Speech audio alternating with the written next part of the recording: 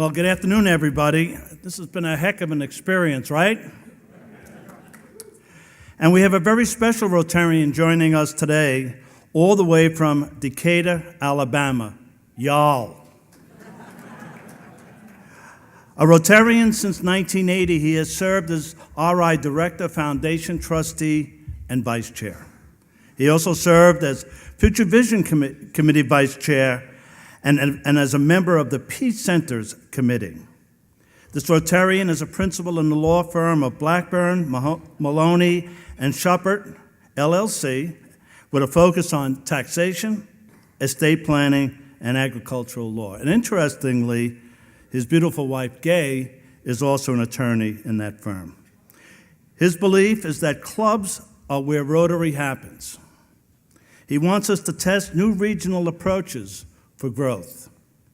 He knows that we have the potential to become a global powerhouse for doing good because Rotary connects the world. Please put your hands together and join me in welcoming Rotary International Elect President Mark Maloney.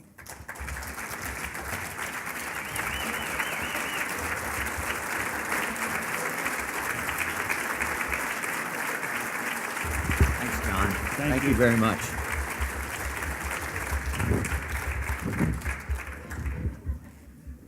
That is not Mark Maloney. Sorry, Drew.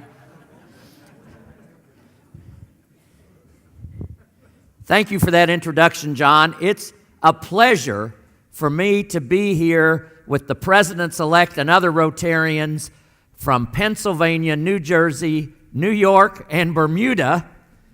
That's a long drive. For Mid-Northeast Pets.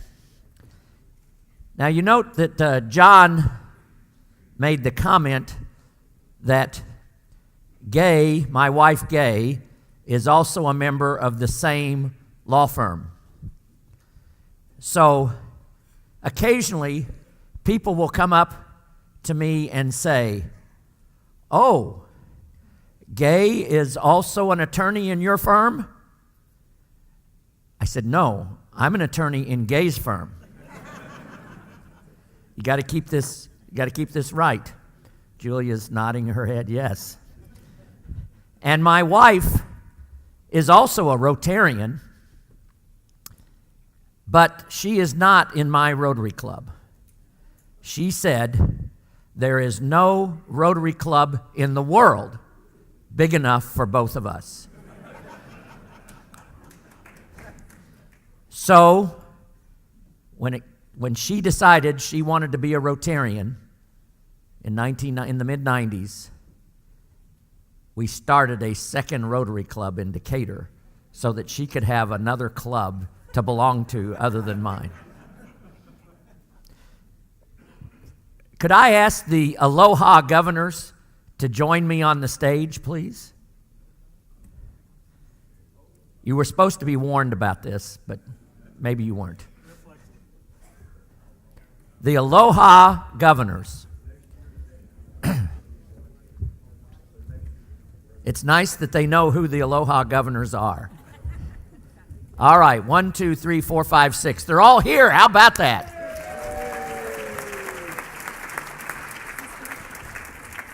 Now, why are these governors the Aloha governors? Because the International Convention will be in Honolulu in June 2020. So, registration opens June 1. Aloha. So, you'll notice that some of us, like John and Ray and Justin in particular, look like Tweedledee and Tweedledum here. We're all dressed in our uniforms with our blue jacket and blue tie, and some of us have black slacks on. Anyway, black shoes. So, the tradition of having a class jacket for district governors, these folks may not even know that, began in 1984. In the 84-85 year, Rotary International President Carlos Canseco from Mexico had the first class jacket. And John, you're going to be very glad that it's this blue this year, because that year it was a bright yellow jacket. Looked like a group of Georgia Tech alumni.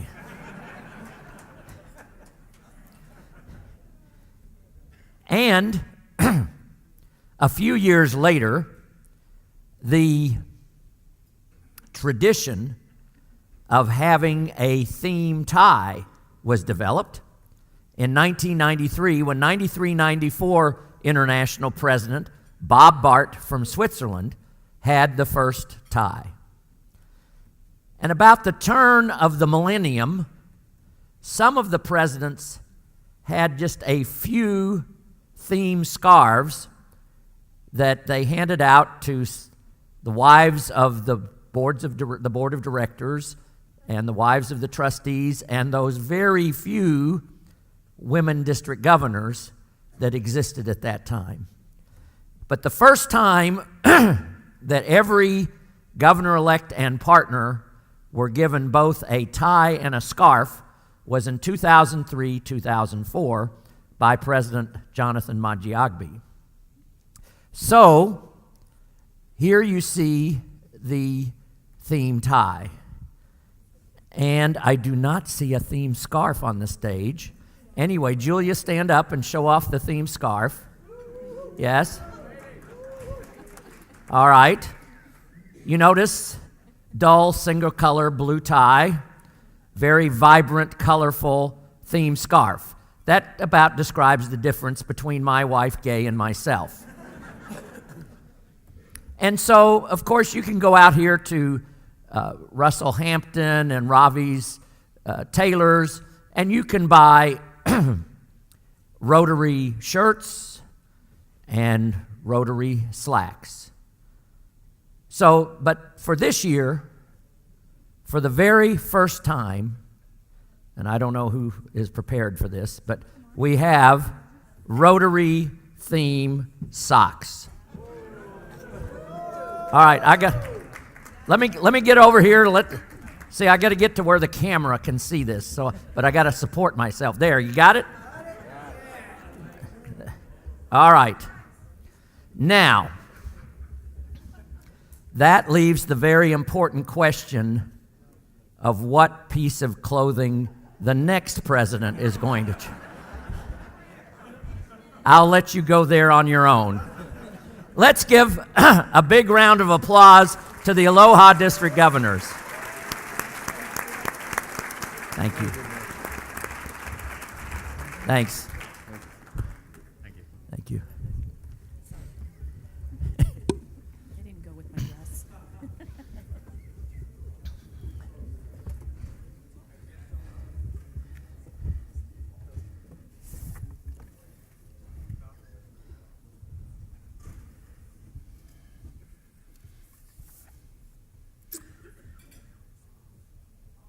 The essence of Rotary is connection. Through our clubs, Rotary connects us to other leaders in the community. Rotary connects us professionally.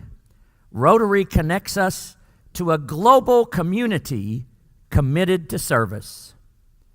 So in 2019-2020, our theme is Rotary Connects the World. Very good. And over the years, I have witnessed something over and over again. I have witnessed the pivotal role of our club presidents in shaping Rotary and making those connections. It is the club president who sets the tone. It is the club president who sets the agenda. If the club president is unmotivated, the club will be too. I have seen clubs where there was a succession of presidents who were not focused, were not engaged, and were not paying attention to what was happening. At first, the result is not obvious. The club loses a member here and a member there. then all of a sudden you realize club membership has declined dramatically. I have also seen clubs that are doing very well, clubs with engaged members, great projects, who are having lots of fun and doing great work. Sometimes the club president will tell me, "Look, there is no way anyone in the world could mess up this club." Maybe not, but as club president, you can sure have an impact on it. And that's really our role as leaders, isn't it? To have impact, to leave Rotary a little better on June 30 than it was back on July 1st when we took office. To look at each of our 5 avenues of service, to see how your club is doing in each, and to enhance that impact during those 366 days, as Julia mentioned. Yes, you get an extra day as president because it's leap year.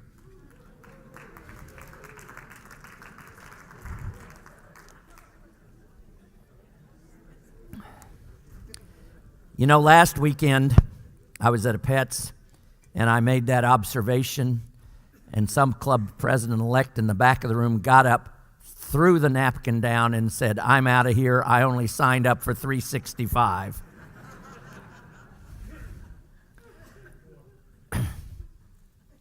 But making an impact and doing it all ourselves are not the same thing. To truly lead people, you must remember that your job is not to achieve the most that you can possibly achieve. Your job is to inspire others so that they can achieve the most that they can possibly achieve. But the good news is that in Rotary, you do not have to do it alone. You are a Rotarian, and we Rotarians are good at problem solving, at working together, at finding solutions, and we will all get better at it in the year to come. For me, the key is organization and prioritization. It comes down to carefully examining our approach for the year ahead. Rotary is doing well, and I believe we can always make Rotary better. So this year, I am asking for your job to strengthen what Rotary is already doing well. And in the areas where we need to improve, we will find inspiration in Rotary traditions and apply them in new ways with a fresh set of eyes and with a new sense of purpose. So what is working really well in Rotary right now? You know, it's external service, our community service projects. We are great at doing projects and service in our communities. But when it comes to taking care of internal matters, of serving the club itself, such as membership retention and growth, in my opinion, clubs are not applying those same organizational skills. So I want to see Rotary clubs exercising the same degree of innovation, the same enthusiasm, and the same organizational skills they utilize in external service to their internal service, to serving their club. And we all know what we need to work on. We need to grow Rotary. And to do that, I would like you to open your minds and your ears so we can approach this from a fresh perspective. We talk so much about membership in Rotary. Every year we talk about the same issues, perhaps in slightly different ways. Yet last year, we set a Rotary record nobody wanted to set. We set a record in the number of people who left our organization. Some of them left because Rotary was not the experience they had hoped it would be. Some loved Rotary until the end of their lives, but they left, taking their ability, their experience, and their leadership with them. But I know that we can approach this challenge we face in an organized, strategic way. Look at what we can achieve when we set our minds to it. We have led the charge to bring the devastating disease of polio to the brink of eradication. This is only the second time in history that a human disease can be eradicated, and we will end polio forever very soon.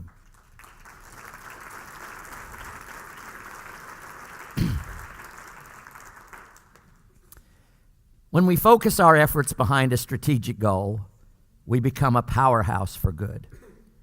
But to continue to be that force, we must grow Rotary.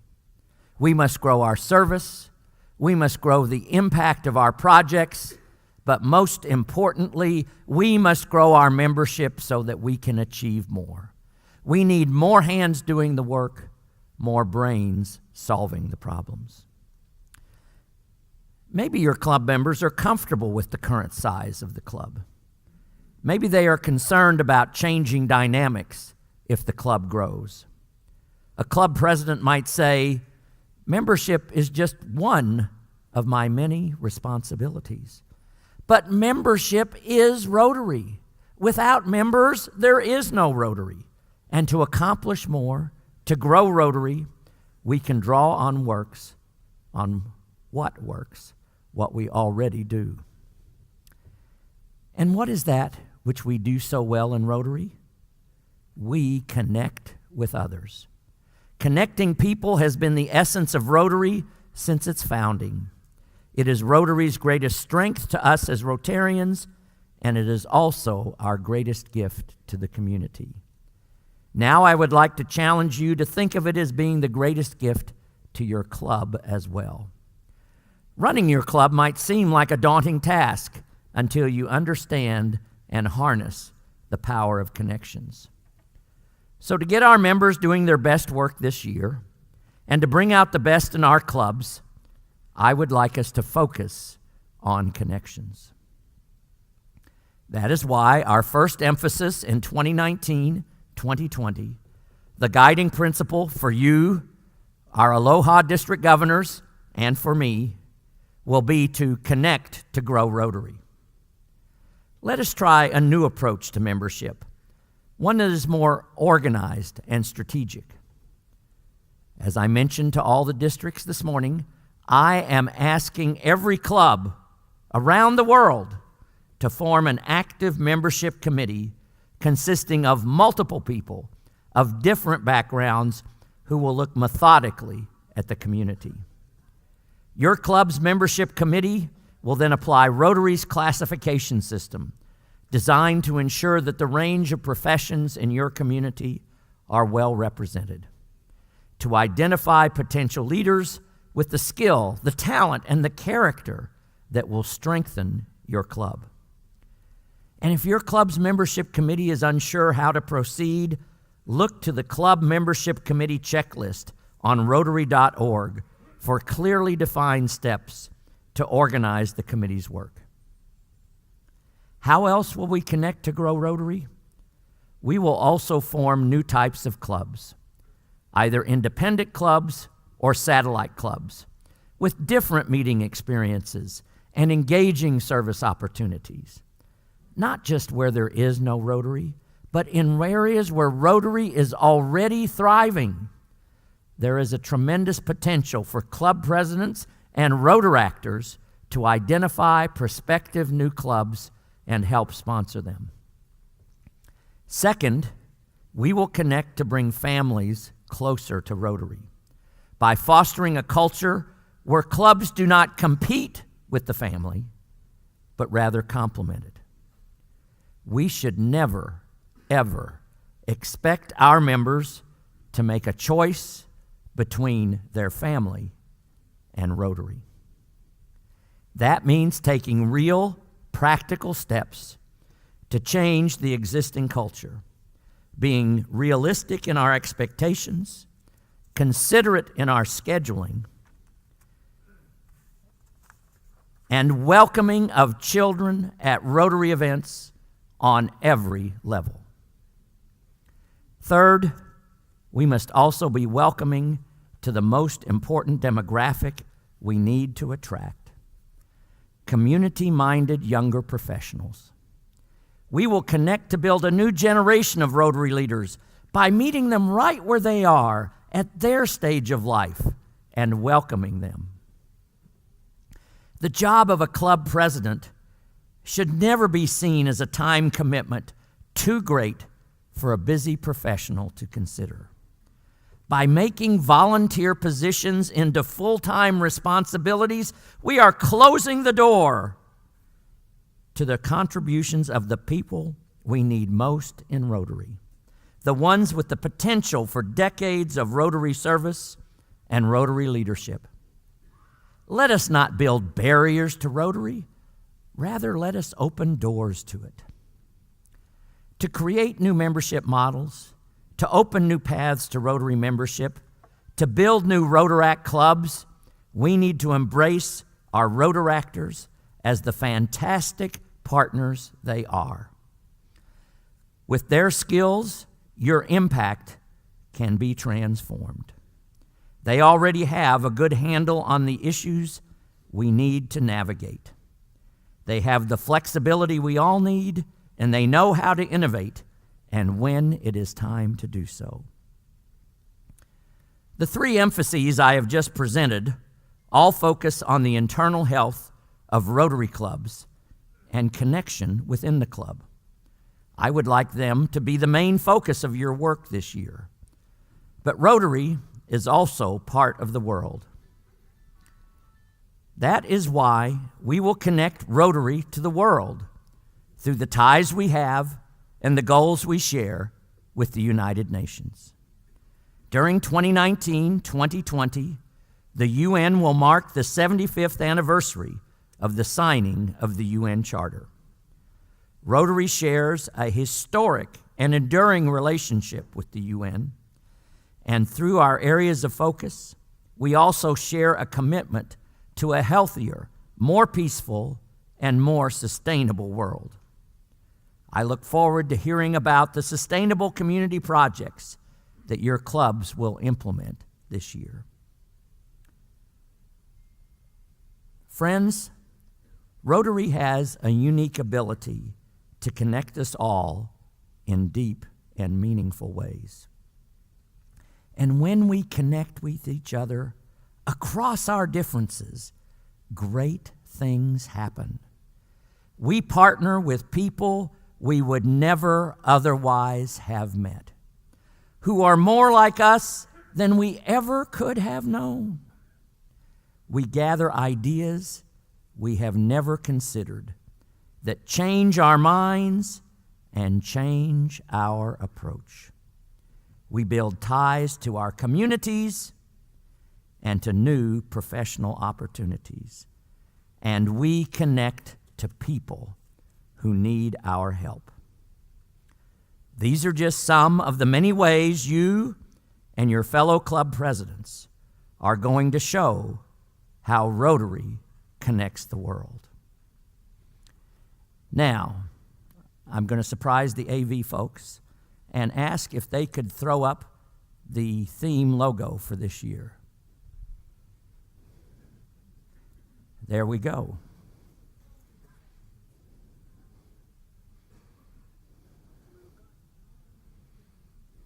So,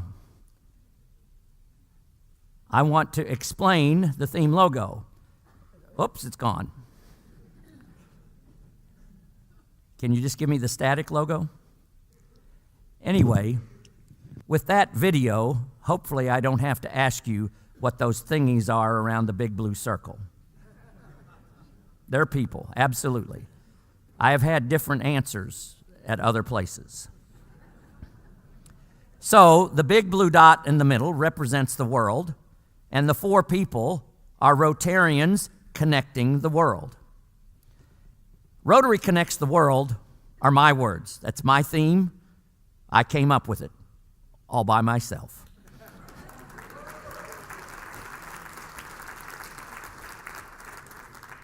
Well, Gay helped a little bit. Just like the second Rotary was your second best decision, you know. But the logo design was developed by our very talented graphic design staff at Rotary International. And they actually brought us several different designs. And now that I've been looking at this one for a year, I don't even remember what the other ones looked like. But when this design first came to us, it was not exactly like this. What are the gold dots? Very good, they're heads. And you notice how the heads are detached from the arms and legs. Well, when the first design first came to us, not only were the heads detached from the arms, but the arms were detached from the legs. And it looked like a bunch of chromosomes floating around this big blue circle.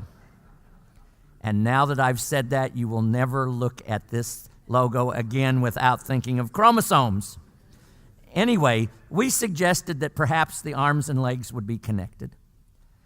And we have what you see. You notice that each one of the four people has a different color.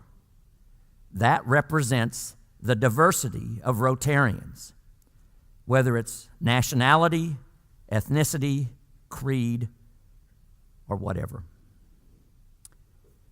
But also, every person has blue, which means that we're all Rotarians.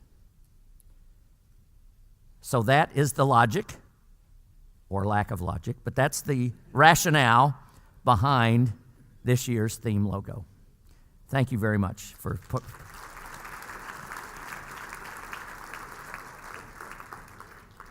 At the International Assembly, on the closing night, I told the governors-elect, the Aloha governors, that after spending a week with them in San Diego, that I felt that they and their partners were part of my family. And now, having spent this day with you, visiting in your district meetings, and having this final opportunity to speak to you, I feel that the club presidents-elect are also part of my family. And I come from a very large, Midwestern, Irish family. And now I think I have a lot of Sicilian relatives. Anyway.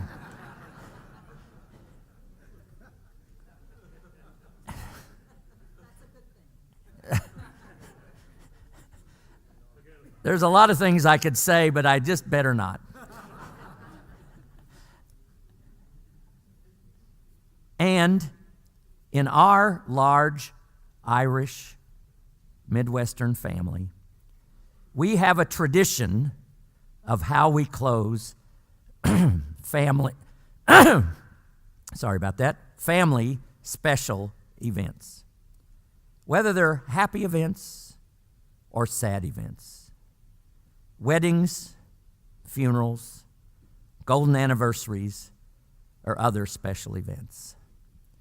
And now, since all of you are part of my family, and this is a special event, this is one of those family special events. So I want to close at least my part. Peter probably has something else to say, so this is not dismissal.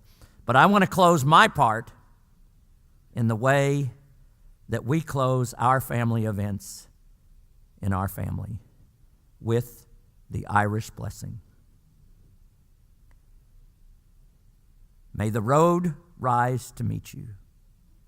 May the wind be ever at your back. May the sun shine warm upon your face, and the rains fall soft upon your fields. And until we meet again, may God hold you in the palm of his hand. Thank you very much.